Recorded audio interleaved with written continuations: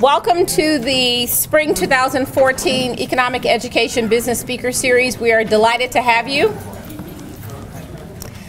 The College of Business has for many years invited professionals and entrepreneurs to our campus to share their success stories with you. And today we have a wonderful special speaker, Precious Williams, who's one of my Spelman sisters as well as my sorority sisters in Delta Sigma Theta sorority. But more than that, she's a serial entrepreneur. And what we hope to have happen today is after you are exposed to her presentation, we hope that it will empower you and inspire you to one day also reach out and step out to become entrepreneurs. Entrepreneurship is not a new thing here in the College of Business at Albany State. For example, for more than 30 years, Dr. Cynthia Bennett has run the Black Youth Entrepreneurship Camp, in which she's had high school students to come to our campus for a week-long immersion in entrepreneurship. Our Students in Free Enterprise, which has currently been renamed as Enactus, has won more regional and even national competitions for their involvement in entrepreneurship. At our MBA level, our graduate students have even competed in the Opportunities Funding Corporation, which is also an entrepreneurship pitch competition, and I'm happy to say that a year or so, I think we placed third within the state. And so we're excited. Within the information systems discipline, as well as marketing and the other disciplines, we're excited that students are now going to be able to marry their understanding of their discipline in a way that creates a platform for them to become their own boss. And so you all should have a copy of the program in front of you. We welcome you and we thank you for coming. I'd like to now introduce Ms. Bridget Bennett, who's an awesome person in the Albany community. And Ms. Bennett runs the Georgia Tech Procurement Assistance Center here in Albany, and she works closely with the Georgia SBDC, Small Business Development Center, and helping people start their own businesses. And we were happy to invite Ms. Bennett here because she also does an ongoing workshop entitled The Elevator Pitch. And so that's a great combination with our speaker here today. And to bring greetings, Bridget Bennett.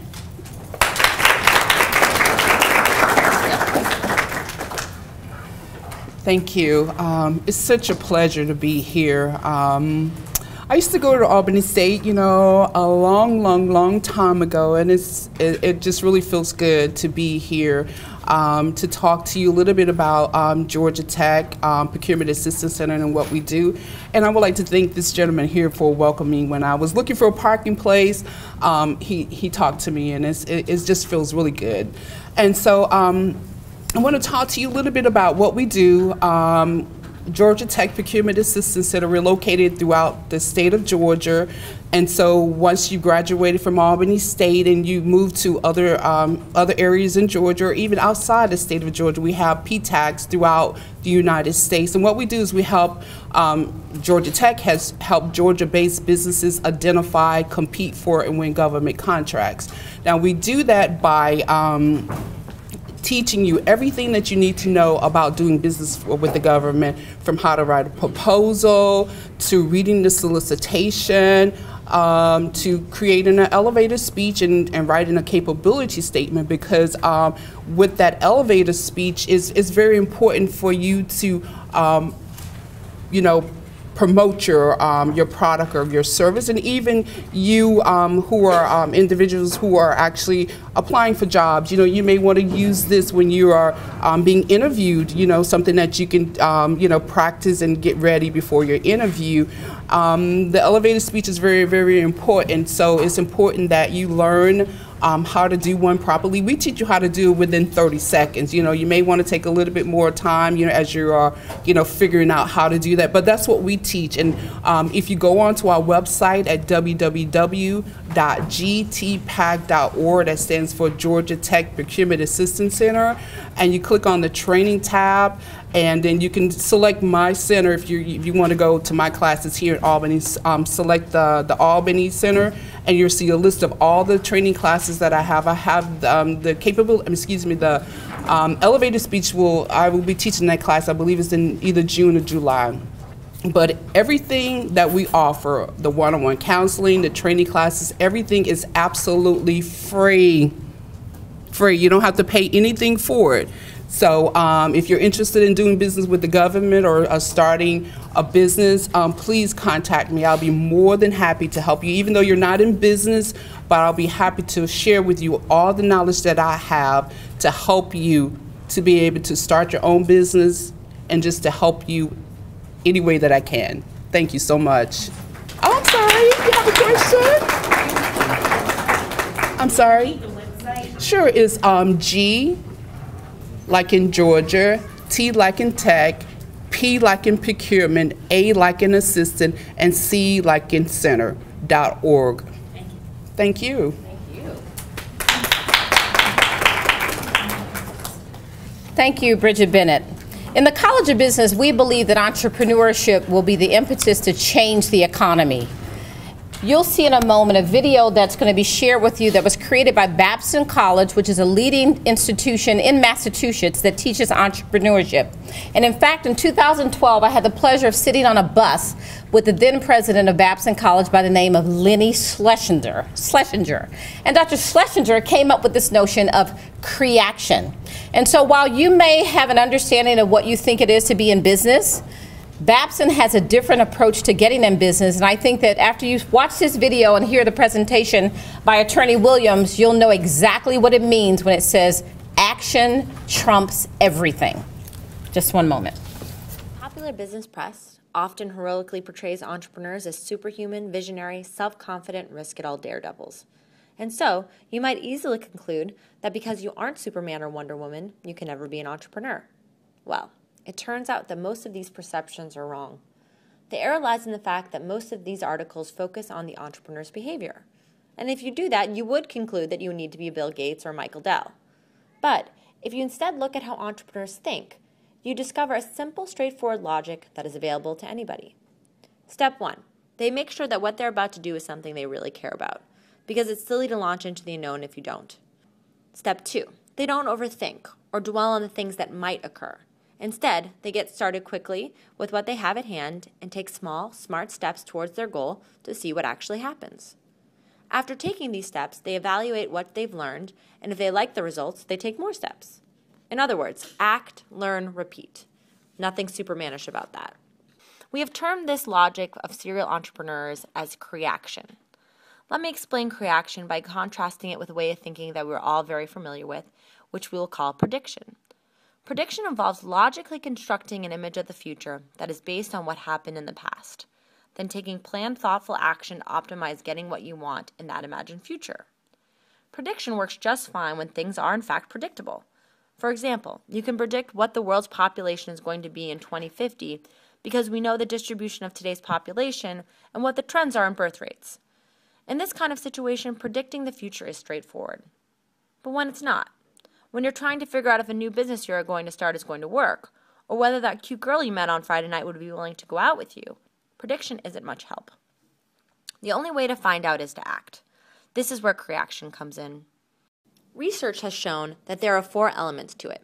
Get started quickly with the means at hand, invest only what you can afford and are willing to lose, don't go alone, bring others along, and finally, build off what you find and the results created through your actions. As you can see, it boils down to what we talked about before. Act, learn, repeat. Everyone can use this kind of thinking. It's not just for entrepreneurs. It's the common sense approach for anyone headed into the unknown. People have successfully used it for community projects, in their churches, building second homes in unusual places, and deciding to relocate or change careers. Creation is not a promise of success. It won't necessarily improve the odds of any particular venture or the success of any particular idea. Its power instead is that it enables you to act sooner and at a lower cost. So you'll be able to try many, many more things over the same period of time. Some will fail, but others will succeed. In either case, creation will always leave you alive and able to play again. So, over the course of a few years, the probability of success of one of your ideas rises dramatically. Moreover, the more you practice creation, the more it becomes second nature, and the better you get at navigating uncertain times everywhere in life. And as others join you in ventures of their own, society as a whole benefits. Download your copy of our book, Action Trumps Everything, Compliments of Babson College. All right. We'd like to introduce Mrs. Wallard, who will introduce today's speaker.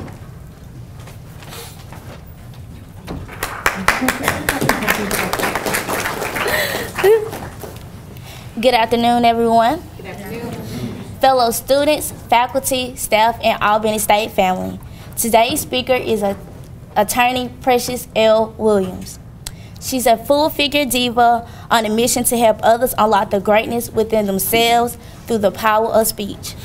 As the president and CEO of Perfect Pitch by Precious LCC, she helps pitches and okay, go for it.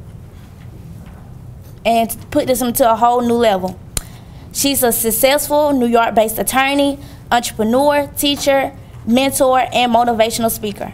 On May 16, 2013, Precious also became the 2013 Black Enterprise Elevate Pitch Champion in Columbus, Ohio. Wow. She's also featured in February 2014 issues of B. Please welcome attorney Precious L. Williams. Okay, so as she said before, I'm Precious Williams. I'm the president and CEO of 2 different companies. My first company is Curvy Girls Lingerie, which is the ultimate shopping experience for full-figure divas and plus-size fashionistas. My second company is Perfect Pitches by Precious, where I teach the art of the killer elevator pitch. Because it's not enough to have an elevator pitch, you need to kill the competition. Slice their throat and leave them in a ditch. That's how I am. So, so it has to be killer. I have gone up against Ivy League grads. I've gone up against MBA grads. I've gone up against cool tech companies. I've gone up against companies that have made millions of dollars, and I've still beaten them because I know what I'm doing. So I want to share my story with you. But before we share the story of how I've won 13 competitions all over the United States, I want to start with where I came from, because that'll put it all in perspective. I'm from the inner city of St. Louis, Missouri. When I was growing up, I had a mother who disliked me intensely. My mother didn't like the fact that I'm chocolate. My mother didn't like the fact that my hair isn't straight and it's not blonde. My mother's an extremely light-skinned woman who's 5 feet tall. And so every day of my life, she wanted me to know that I was ugly, that nobody would ever like me, my voice is irritating, I'm not pretty, all sorts of things. She told me she wished I was never born. That's what my mother did. My father is a crack cocaine addict and has been an addict since he was 18 years old. He is now 57 years old. I'm 35 years old. My mother kicked me out of the house November 18th, 1991. Naked and bleeding, I had to walk 2 miles to my aunt's house. I was then sent to go live with my father. Again, he's a crack cocaine addict. I can't tell you all the things that I've seen when I was living with him, but I was homeless, I was hungry, I wore other students' clothes. It was a very, very treacherous life that I had. When I was 15 years old, my grandparents went to my father and they told him to please let them have me, because they could see that I was either going to be dead or I was going to do something to somebody else, because I really hated my life. And it was tough growing up knowing that I was an unloved child. It was tough. The only time I came alive was when I was at school. So when I was at school, I was like the best student, but I talked too much. So I was always in the hallway. I was always in the hallway like, yeah, I said I would never talk. I was one of the few people who got paddled every day because I was always talking. Because nobody talked to me when I was at home. Nobody talked to me. My parents didn't talk to me. I wasn't worth talking to. So I'm at school talking. I'm still getting straight A's now, but I talked a lot. And luckily that came in handy as I got older. So when I was 15 years old, I went to Beaumont High School. And I came actually from the suburbs to the inner city. And I was in special education classes because I made D's and F's. So they thought that I was special. I went from making D's and F's to being the #1 student in the class. Why? Because my grandparents loved me. And my grandparents drove me to school every day. My grandmother made 3 meals a day for me. My grandmother drove my bath water every morning. My grandmother did everything for me. My grandfather bankrolled the operation. They are some amazing people. One day I was in high school and the principal came to me and said, Precious, I want you to give a speech. I want you to give a speech. He didn't really say it was VIP people in the room. He said, I just really want you to give a speech on education. So, you know, my English teacher, Miss Jackson, who is no longer with us, wrote a speech. And I delivered this speech. I got up there and delivered the speech. And I guess I did such a good job that the mayor of the city of St. Louis put me on his task force. And so I went from being inner city girl, ghetto girl made good, to speaking to governors, to speaking to mayors all over the United States. I got flown all over the state of Missouri to give speeches. And yes, I got paid as a teenager to give speeches in front of a whole lot of people. I said I wanted to go to college. And before I knew what college I wanted to go to, I just knew I couldn't stay in St. Louis because no one in my high school went to college. Everybody worked at Popeyes, KFC. I'm trying to think of They didn't do retail jobs. It was all fast food. And I just knew that wasn't the life for me. No, I'm too good for that. So, so me and my grandmother happened to be watching Oprah Winfrey. This is a long time ago. I'm 35 years old, so I'm much older than you guys. And Oprah had on Dr. Janetta Cole from Spelman College. She's president of Spelman College a long time ago. And she had on 4 Spelmanites. And these women were the most articulate women you've ever, like, I was like, I want to be like that when I grow up. And I just knew that was the school I wanted to go to. Now, I'm not saying we thought this through because I didn't know Spelman was in Atlanta. I knew it wasn't in St. Louis, but we didn't know it was in Atlanta, Georgia. So I sent off for the information, and of course, that's when we found out it's in Atlanta, Georgia. And this is before the internet, where you can do everything on the internet. This is like 1997. And I went to my guidance counselors, and I said, I want to go to Spelman College. And they each said I would never get in, so there's no point in applying. I'm in the hood. They're not gonna let a hood girl come in. Besides, the girls who go to Spelman, they went to boarding school. They've been all over the world. The furthest I'd ever been in my entire life was Blytheville, Arkansas. That's as far as I've ever been. St. Louis, Missouri, Blytheville, Arkansas. I never even made it to Chicago. So they were like, they're never gonna let some ghetto girl like you in. Yeah, you can talk very good, but you're a hood girl. And so they're gonna know by looking at your application, they don't want some hood girl in their school. And normally that would stop a lot of people, but I was just determined. I knew I was supposed to go to Spelman College. So 2 guidance counselors told me no, so I'm begging, somebody please write this guidance counselor recommendation. Spelman asked for 2 teacher recommendations. I got 7. I was like, I got to do everything so on point that Spelman has no choice but to accept me.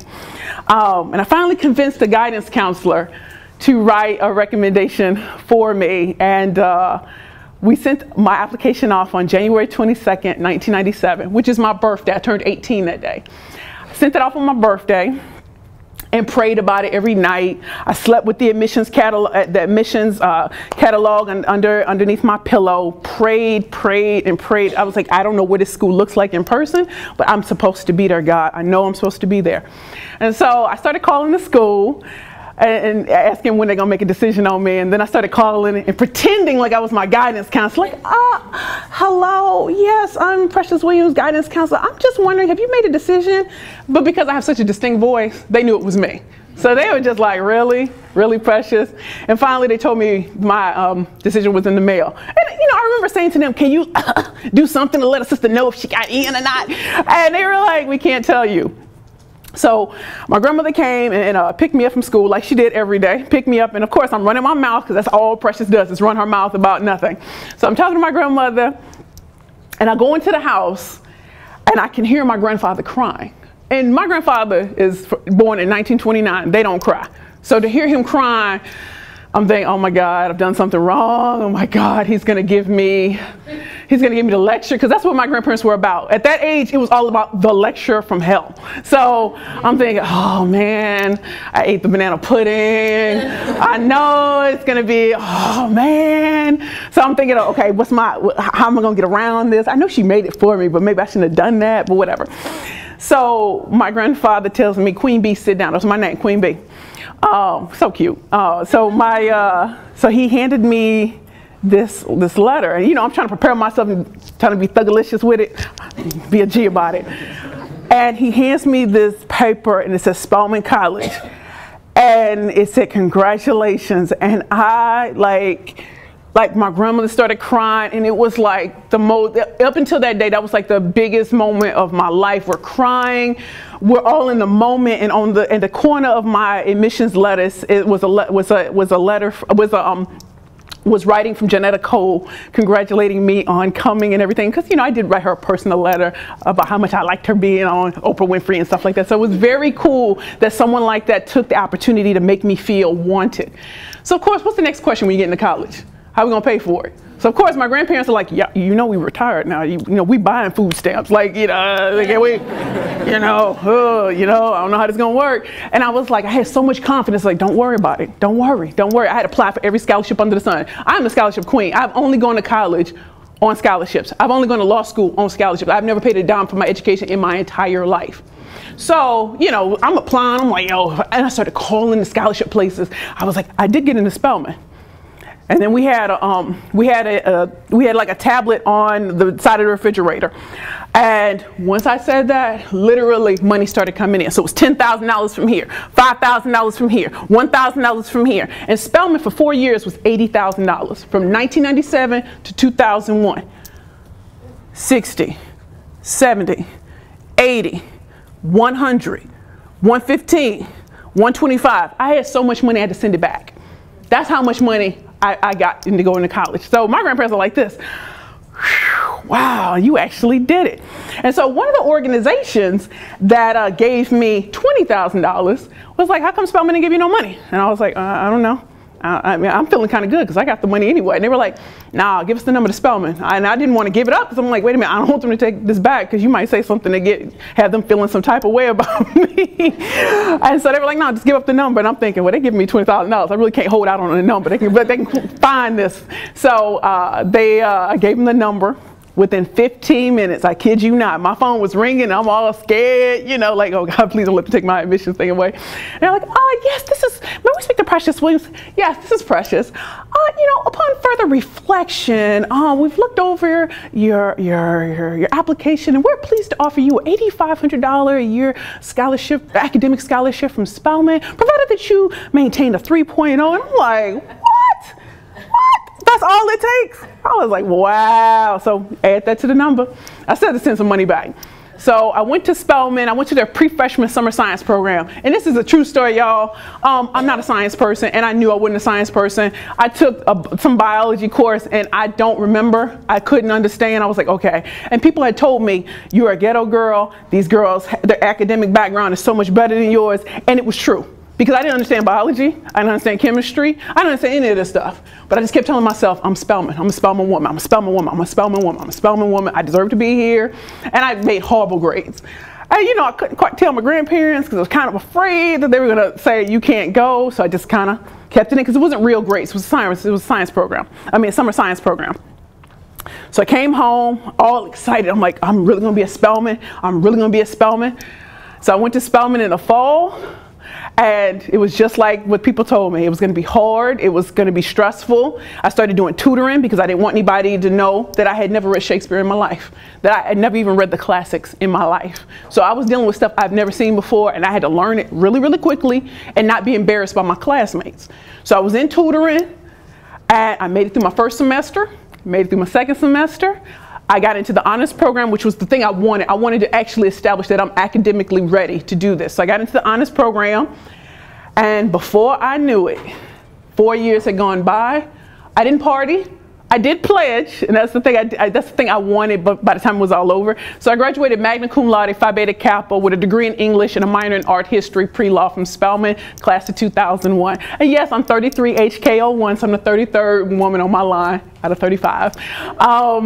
And I went on to law school, and I chose to go to Georgetown. Now, I gotten into a lot of great schools, but I decided to go to Georgetown because I had a real relationship with that school. And I got to Georgetown, hated it. Hated every day of being there. Hated only talking to law students about law. I was like, can I learn who you are? Like, I don't want to talk about Marbury versus Madison. I don't want to talk about constitutional law. I just want a friend. Like, this is horrible. So I was there every day like, I hate going to class. I hate looking at these people. Oh my God, this is my life, and I'm at this great institution. So on my birthday, January 22nd, 2002, I left the school saying I was going to come back, and I didn't come back until March 15th, 2002. When I got back, the dean was waiting for me. He said, "You've been disenrolled." And I was like, "What is it? Well, whatever do you mean?" He said, "You're done here." And I was like, "Wait, I can't go back home because my granddaddy is not a, oh, he already knows." Oh my God, that was when I tell you I was stressed out. I was like, if my granddaddy knows, oh my God. I was like, so can I come back in the fall? They're like, you're done here. I was like, wait a minute, I don't even get a second chance. They were like, no, you don't belong here. Obviously you can't handle it. You know, I felt so bad. I was like, I get kicked out of school. I was like, so you're gonna let me back in the fall? You know, I mean, I actually got in here. I'm not like one of these people that barely got in. Like my GPA, my LSAT score, I'm the joint. Do you know, word travels fast. When Georgetown kicked me out, Columbia, all these other schools were like, you can't come here. And I was like, I'm stuck. Like nobody's gonna let me into their law school. And so I went to New York in the summer of 2001 to work at Sullivan & Cromwell, which was the #3 law firm in the country. And my mentor there, Bill Schroeder, was like, I want you to go over to Rutgers School of Law in Newark. It's in Newark, New Jersey. He graduated like #1 in his class in 1974. And I'm thinking, I'm going to go and speak to the dean? He was like, yeah, you're going to go speak to the dean. I said, you can just speak to the deans of schools now? Because at Georgetown, I don't even think I ever saw the dean to be talking to him. So anyway, I went over to Newark, I went over to Rutgers. I'm talking to the dean, and I'm thinking they're going to be like, you got kicked out of Georgetown. You're like whack juice. And they were just like, no, your GPA is great, and your LSAT score, you don't have to worry about, see, we're not Georgetown. We're not Georgetown. We don't give up on our students. So I'll sweeten the pot for you. We'll give you a full ride to come here. Full tuition fees, books, whatever. We got you. And I was like, word? And they were like, we'll pay for your bar review expenses too. And they're like, I was like, word? And they were like, okay. So I went back, but Georgetown let me back in. And I went through this whole thing of $50,000 at Georgetown, which you know is all in loans, y'all, or a full ride at Rutgers. You know, I decided to go to Rutgers. So I went to Rutgers, high hopes, high hopes. I got through the first semester. Still hated law school, hated it, hated these people, hated people who all they tell me, I said it's 16 hours a day. And I'm like, you got to be proud of that? Like, did you learn anything? I mean, 16 hours for what? So my second semester, April 12th of 2004, I had a nervous breakdown. Because if you don't deal with issues, when you're supposed to deal with your issues, they will come back. So I had a nervous breakdown. I can tell you, I lost my mind. I don't know how I got to the hospital, but I was in a psych ward at Newark Beth Israel Hospital for 3 months. 3 months. And the dean of my law school came to see me. Now, I know why she came to see me, because my auntie, being a thugalicious chick that she is, called from St. Louis and checked her and was like, you better go see my niece. So she came, all like, she was like, I know how my aunt, thugalicious, she's thuggish. So she came to my room and I'm all embarrassed, like, I got kicked out of Georgetown, now I have a nervous breakdown. I can't lead a hospital because I'm not right. I'm dealing with an alcohol problem, so it's dual diagnosis or whatever. And she didn't want to hear none of that. She's like, Precious, you're gonna finish. You're gonna finish this. Somebody's paying for your education. He's not giving up on you, and we're not gonna give up on you. You will finish this. And you're gonna be with somebody that people are gonna write about. People are gonna know the name Precious Williams. Do not forget who you are for 1 second. And I'm like, the dean is actually here talking to me like some raggedy chick like me, like I gotta finish this. So I got out of the hospital, moved into another apartment, and I took it literally day by day by day. I had to give up that entire semester since I had a nervous breakdown. So it took me 3.5 years to finish. And before my last semester, I did the urban legal clinic. And that's when I had real legal cases. And mind you, in my entire time in law school, people didn't like me. Thought I was whack. I wore the same clothes every day. I wouldn't do that today. I'm too cute. But back then I wore sweatpants and a t-shirt. You couldn't catch me in that today, not even trying to work out. It's not a good look for me. But I wore it every day because the only thing I was concerned about is, Lord, if I can get through this from moment to moment, one day I may look up and it's over. When I got to the urban legal clinic, which is the hardest clinic at Rutgers, and you have real legal cases, so they're criminal cases. They may be low level, but somebody is losing their liberty. And I wanted to test myself because I wanted to be better than Johnny Cochran. That was my original reason for going to law school, to be better than Johnny Cochran. You got Johnny Cochran, you got Star Jones. Precious Williams is like a natural evolution to me. So I'm in court and I'm going head to head with people who don't look like nothing like me. And I'm killing the game, killing it. And they're sick with it, hate to see me. I got my professors who are just loving this. People who didn't think anything of me before are now coming to see me in action. And I'm like, wow. This is why I went to law school, not for Marbury versus Madison, not for constitutional principles, not for the theory of law, but for the practical application of being a lawyer. This is why I went to law school. So on my last day, December 15, 2006, I won my trial, and that was it. My law school career was over, and I couldn't even believe it. I was like, I actually finished? It's over? I took the February 2007 bar, and if anybody knows anything about law, you know that California and New York are the hardest bars in the country. I took New York, February 27th and 28th. This is around the time that Anna Nicole Smith died. So that was on my bar. Why? I don't know. So that was on my bar.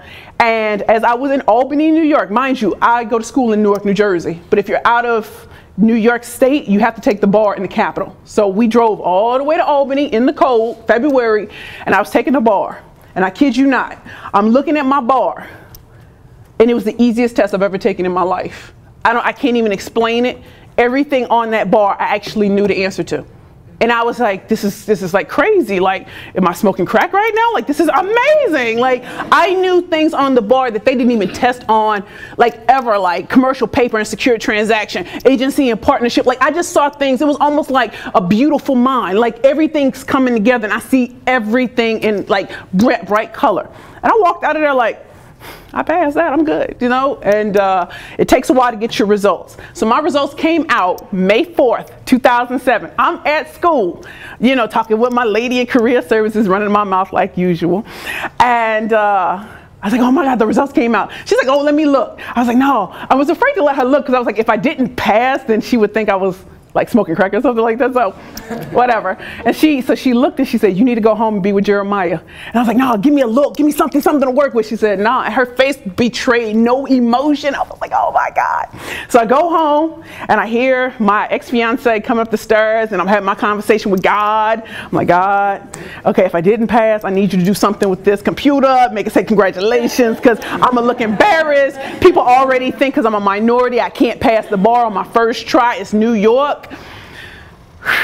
He went to the computer and I'm standing there and he says, oh no. I'm like, oh man, I done told everybody I passed and I failed. And he said, oh no, my baby passed. And I looked at the screen and said, congratulations. When I tell you, I cried for 2 hours. I cried for all the people who said I wasn't good enough. I cried for all the people that said you're a minority. Minorities have such a hard time taking standardized tests, and I knew what I was doing.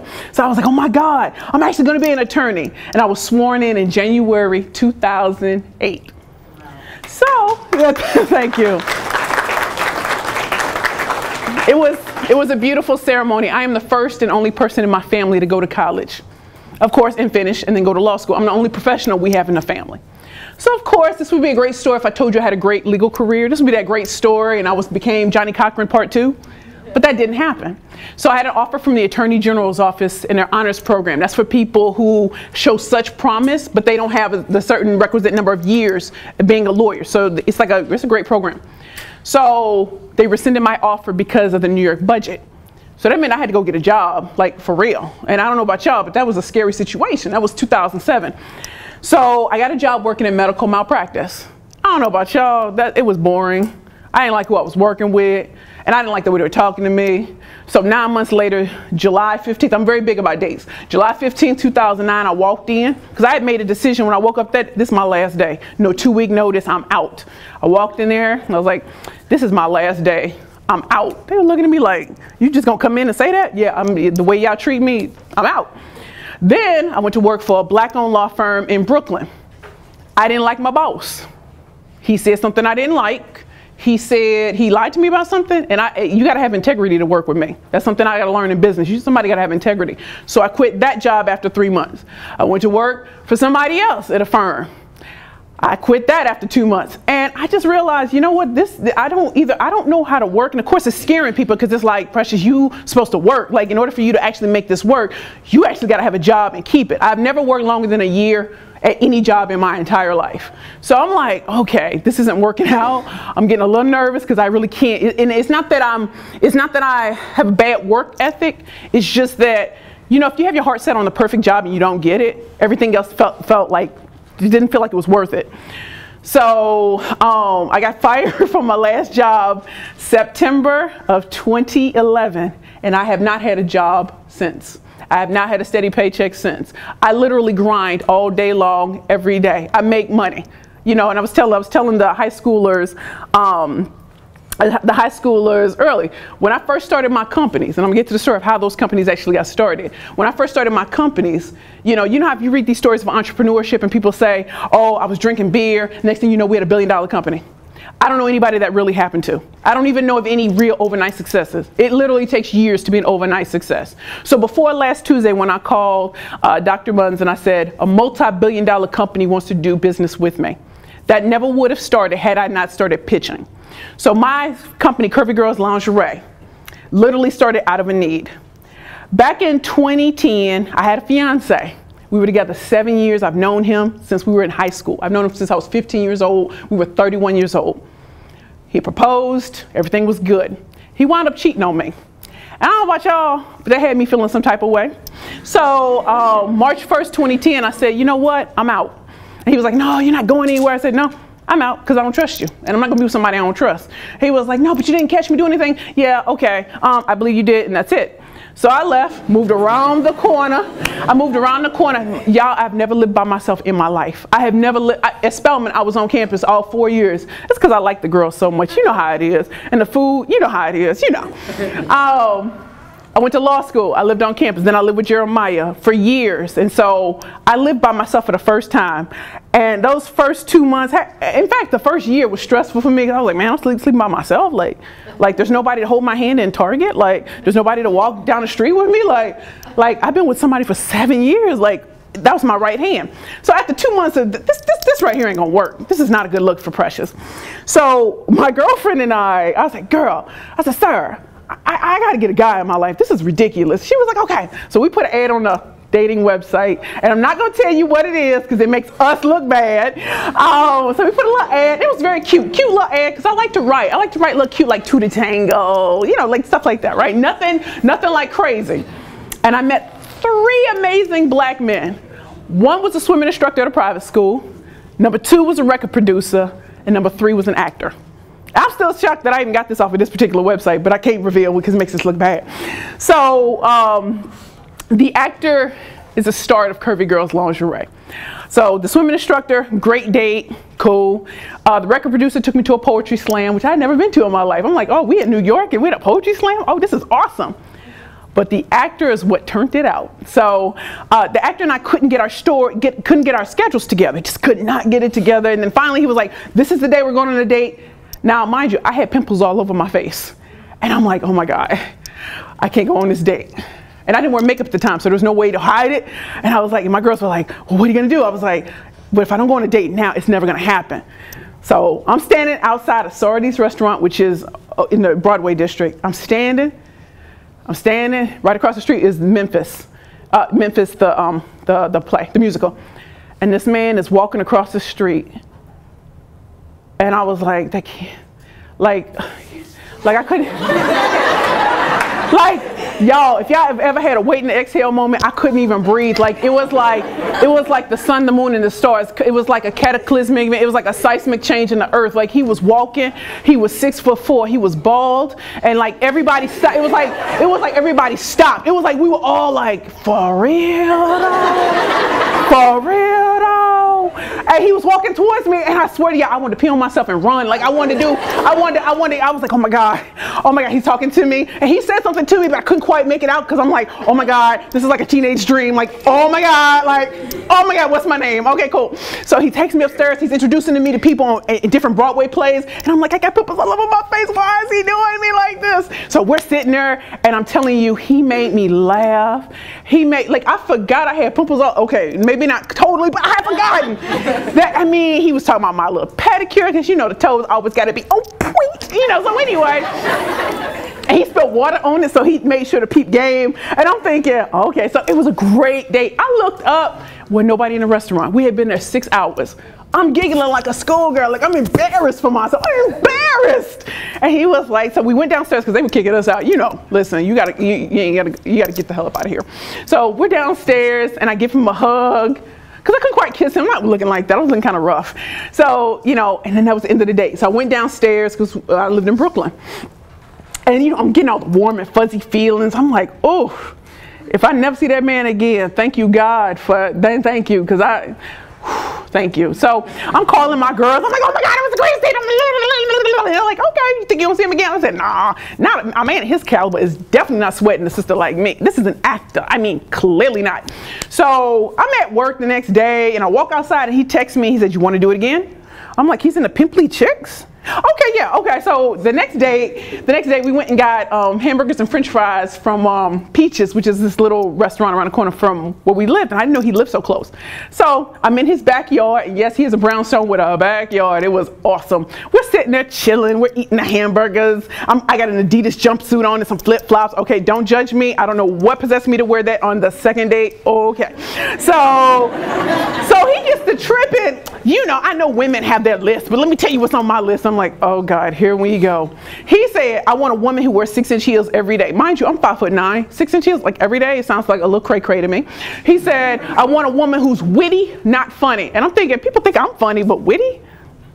I'm thinking not. Okay, so then he says, I want a woman to read the New York Times, Cranes, Barron's, the Financial Times, the Wall Street Journal. And I'm thinking, I think I read like 2 or 3, and I'm not even saying it on a consistent basis. This is not gonna work. So I'm listening to him space out, and I'm like, and I'm looking at my Adidas jumpsuit and flip-flops. And I'm like, I'm embarrassed to even be here. I'm looking at the dog. The dog is looking at me like, you already know. So I said, man, take me home. So, you know, because I got to exert some control over the situation. So he's walking me home. I'm telling y'all, I wanted to melt into the sidewalk and just be like, man, I was trying to get a love affair out this. And I'm wearing some Adidas and some flip-flops. I straight played the game wrong. This is what happens when you don't know how to date. You've been with the same man for 7 years. This is ridiculous. So I get hot and heavy with the swimming instructor. And I had to look at him one day, and I had a man moment. I said, this really ain't going nowhere.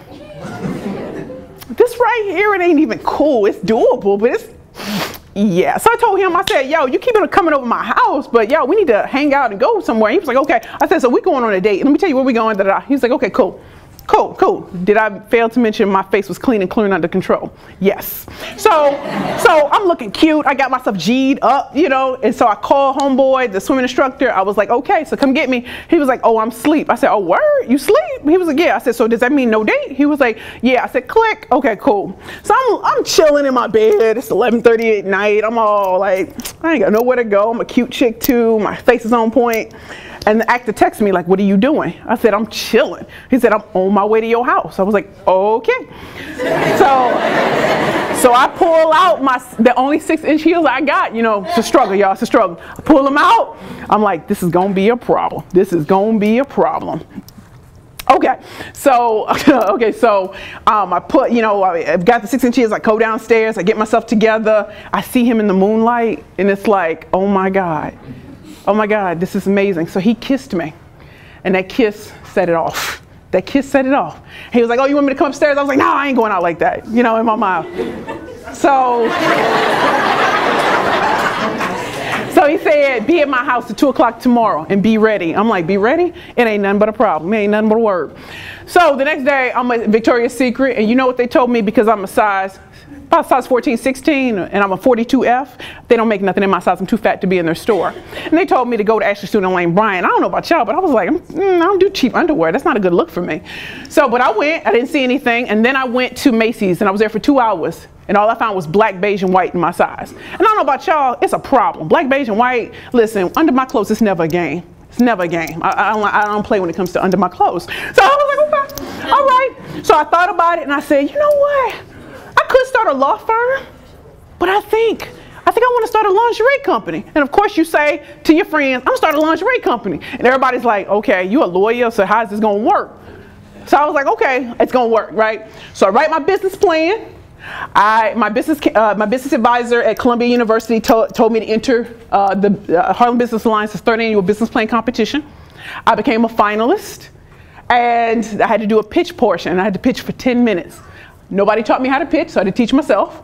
And I decided to do something different. There will be no PowerPoint presentations with me. I'm literally gonna stand up there with my billboard and my lingerie, and I'm gonna go hard. And I did that for 10 minutes. They treated me like Shark Tank, making my business sound like it was crap. I was like, all right, but I was ready. I answered their questions. 2 days later, I got my results, and I got 50 out of 50 in my points. And then they told me, oh, you know, you won. I was like, is that the way to introduce that you won? I mean, I couldn't get it something better, but I screamed for like 5 minutes, okay? So that was how I won my first competition. And they said, what sets you apart is you're very different in your delivery. Like, you came in confident, like, even if you made not one sale, you were confident that you were gonna be $1 million company. And the way you sold that confidence. And so I went from that, and my business advisor at Columbia University and at Baruch said, you need to enter more competitions. And I kept winning. And no, I didn't just go up against black people or people of color. I went up against the best people. I went up against people who were at Ivy League schools. I went up against MBA grads. I went up against cool tech companies. I went up against companies that there is no way I should have beaten, but I've beaten them. and beating them to the point where they're like, do you have acting lessons? Like, how do you do that? It's no, because I'm very confident about what I do. There are too many people in this world who will tell you what you cannot do, and I'm here to tell you what you can do. I may be a black woman, but I own that. And Curvy Girls Lingerie literally came out of a red hot love affair, and I knew that other curvy women weren't able to find pretty, stylish, and fashion forward lingerie in their size. And so when I became very serious about it, you know, when we had our first sale at a trade show, we made $306,000 last year with just me by myself. Last year I won 2 competitions. I won the perfect pitch competition in Westchester County in front of Damon John from Shark Tank. Yes, I was in front of Damon John from Shark Tank and beat people who know they ain't look nothing like me in Westchester County. And then I won Black Enterprise. So out of thousands of entries that they get every year, they pick the 10 best. We all go to Columbus, Ohio, wherever they have it. And I literally was like, I'm killing them. I'm killing the competition. I want to go back to New York with a $10,000 check. And that's exactly what I did. So that's how I started Curvy Girls Lingerie. I have not speed it up because I want to make sure you guys hear everything. My second company, Perfect Pitches by Precious, literally came out of people who've seen me pitch, wanted me to teach them how to do it. Because there's not a lot of people who can teach you the art of pitching. They can teach you, put facts and figures in it, but they can't tell you how to tell a story in 1 minute, or how to tell a story in 30 seconds, or how to, you know, have the confidence to stand up in a room full of people who don't look anything like you and kill it. No fear whatsoever. And so people kept asking me, and I was like, oh, I don't know if I can give them the full Precious. I don't know if they can do it. And then I was like, wait a minute, I'm leaving money on the table. These people are offering money? Oh, okay, I'm totally not cool right now. So I started coaching people, and it's so much fun to take a step back from pitching now and to let other people find their gifts in pitching, and letting people be authentic, and letting people own who they are and their businesses. So my story to you guys is my company's literally started out of, you know, just having a need. And yes, I've been on MSNBC. My first elevator pitch was on MSNBC, February 12th, 2012. Yes, I was driven in a Cadillac Escalade to Rockefeller Center, and I did my pitch on television. And sorry I can't tell the full story, but I got on television when my company wasn't even real. I made up the company in front of the producers at MSNBC. And when I was on TV, it still wasn't a real company. Okay, I guess you guys can see this. You see how early in my pitch career this is. Valentine's Day is just days away, and our elevator pitcher hopes that's got the panel in the mood for her pitch.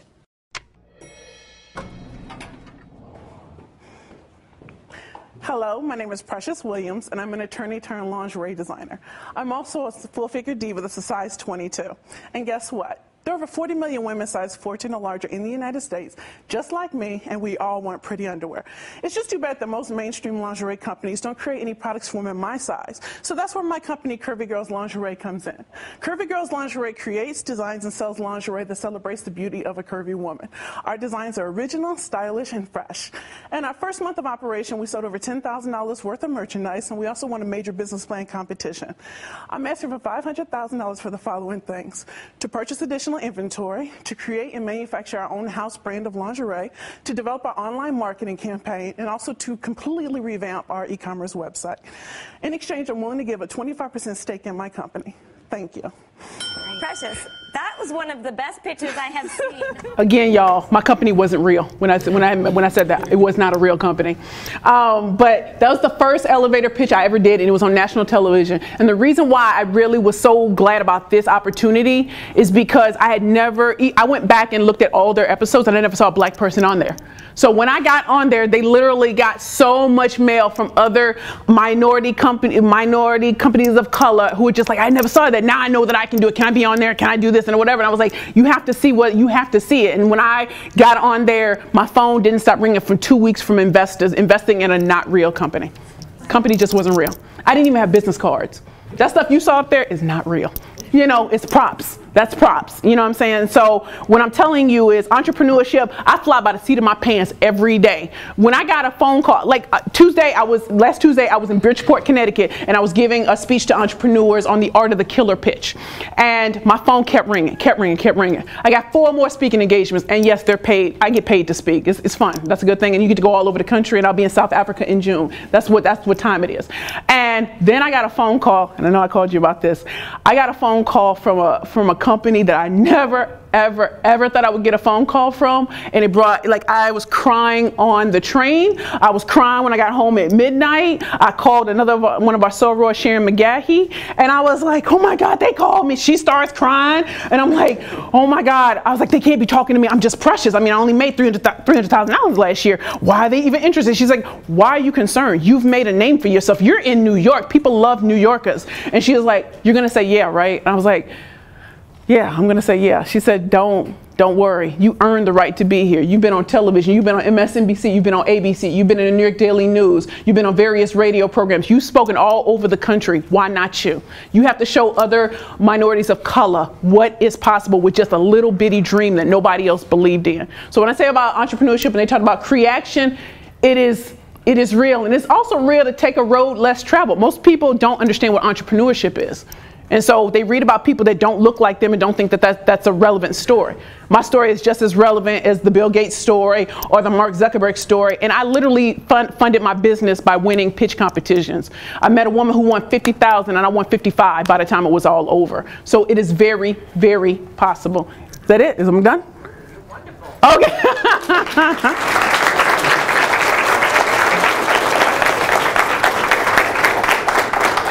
And so, are there any questions? My name is Delvon Lewis. I'm a 22-year-old graduating senior marketing major here. And I just wanted to know how much you charge for your pitch classes. So I'm glad he brought that up.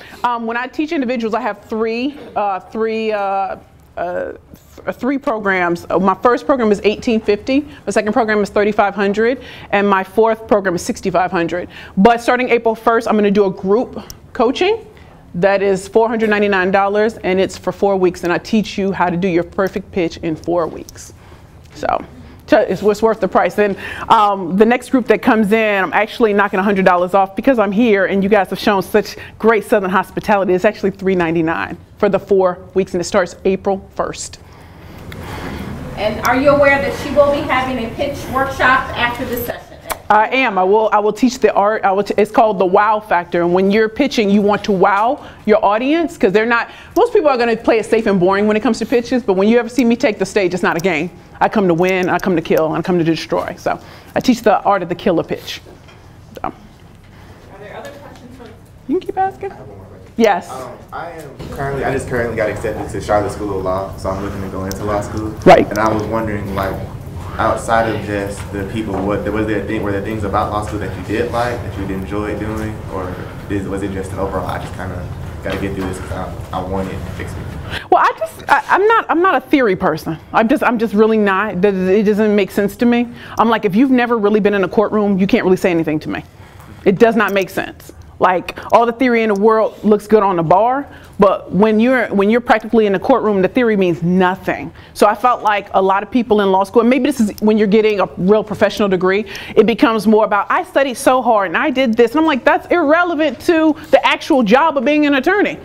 Like, what's your win-loss record? Because I can tell you, mine is really good. You really don't want to go up against me.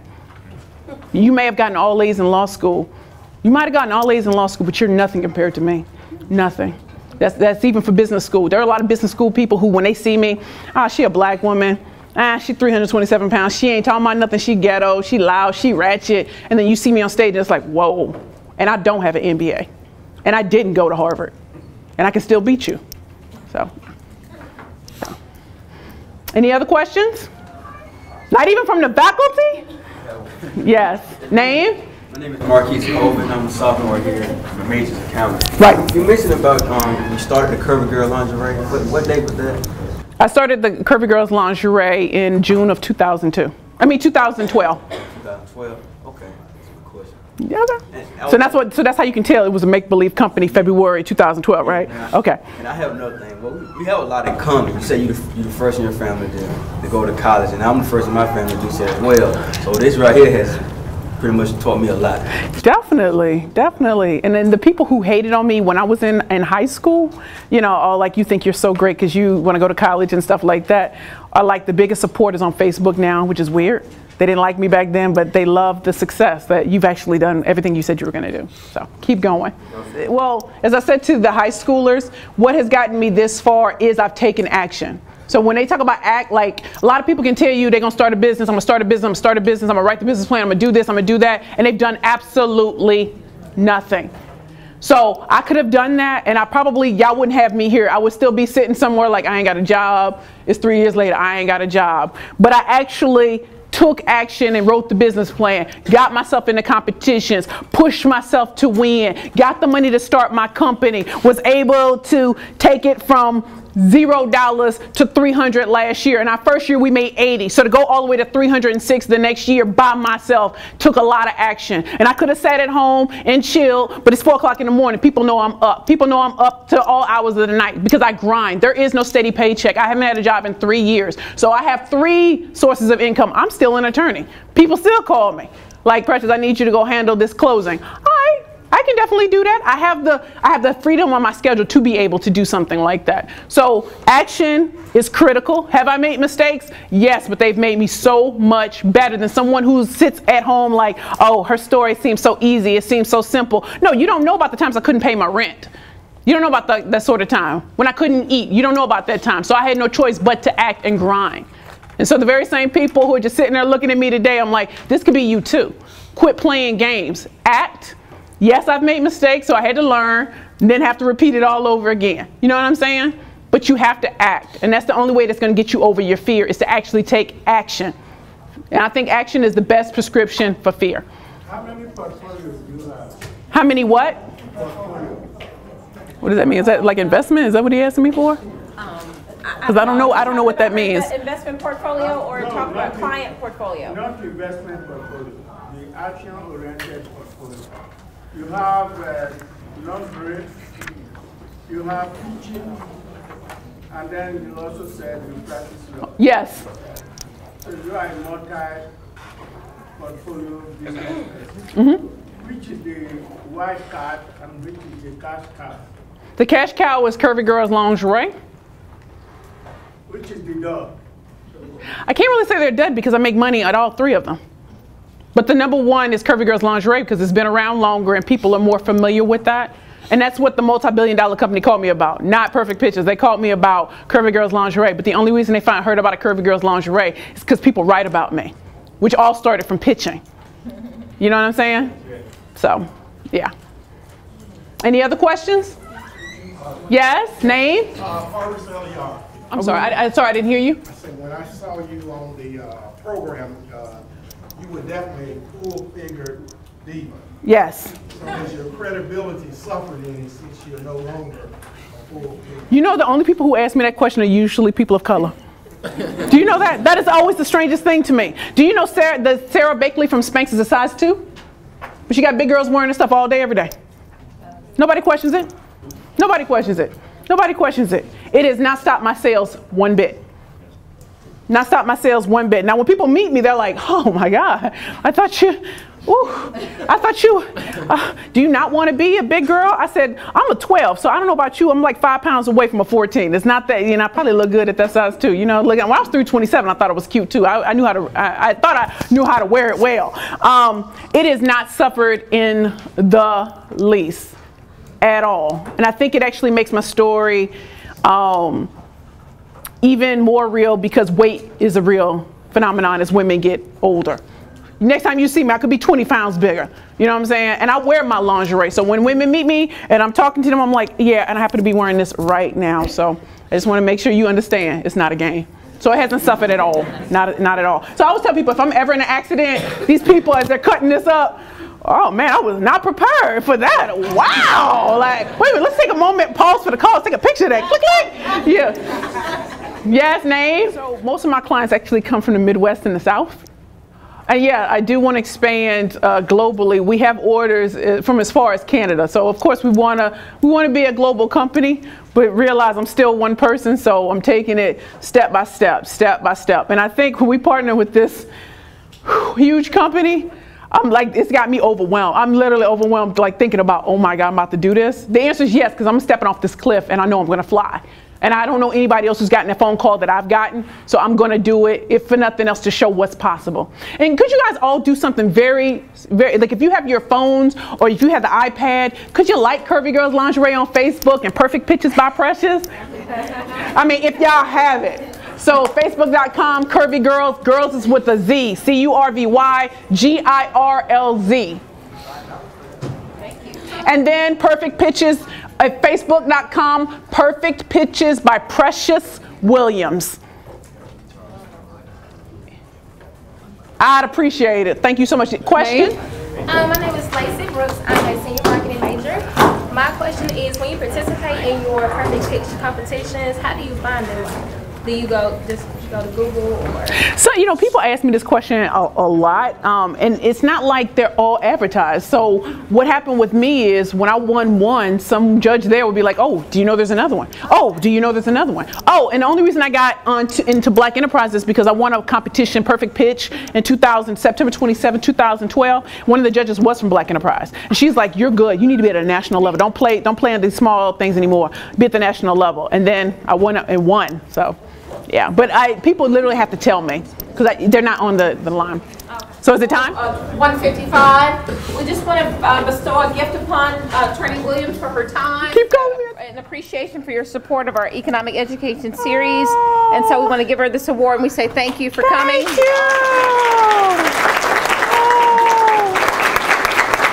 Oh, beautiful. The other thing I want to share with you again is that this is the start of something new here in the College of Business, and while we have her today, she's going to do a workshop for us this afternoon on pitching. We hope that that becomes an opportunity for you all to improve on your pitches for the forthcoming for the future competitions with the OFC and Students in Free Enterprise and African American Entrepreneurs in IT, because there are a lot of competitions that are going on now, especially Morehouse College. They have one, and we certainly want to prepare you for those. We do have copies of these. Attorney Williams is in the February 2014 issue of Black Enterprise, the latest issue for her Perfect Pitches by Precious. So please come back at 2:05 so that you can learn what she does, and we will have a competition. I am awarding cash prizes to students who are able to get up here and give us a 2 to 3 minute pitch, and awards and cash prizes today. So we'd love to have you back. Awards and cash prizes. Woo. So thank you again. Thank you.